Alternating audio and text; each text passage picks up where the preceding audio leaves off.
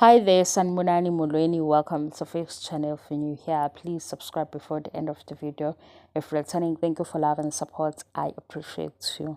Uthando Nesithembu season 7 last episode last bona khona udade omusha lo uhleli phansi okungene egqoke ingubo egreen wavala umnyango wahlala phansi.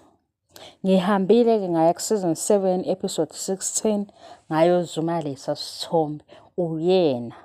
Umbuzo ke manje ukuthi uyena uyafika noma uyena sizomazi ku season 9 because ku season 8 sibone kahle ukuthi uMacele ume kanye nosisi wakhe mase kuthi laba abahleli phansi kukhona noSneh. Uyena ithini ke indaba kaMakhwela. Ngihambile guys ngayombuka ngambona ehleli phansi ebheke kulela side ngambona futhi la icele lakhe ukuthi uyena. Umehluko ikhamera yak-TV nekhamera lo shutha ngayo efonini ngeke izifane kodwa mawubuka sisi uyabona ukuthi umuntu oyedwa. Okusho ukuthi uselitholile itoho.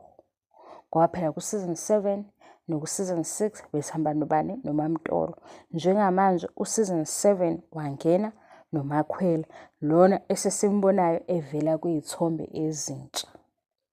Angifuni ukukhuluma iphutha ngithi ngihappy ngo season 8 ngoba nginemibuzo eminingi ebingaba right ukuba sithole tell all.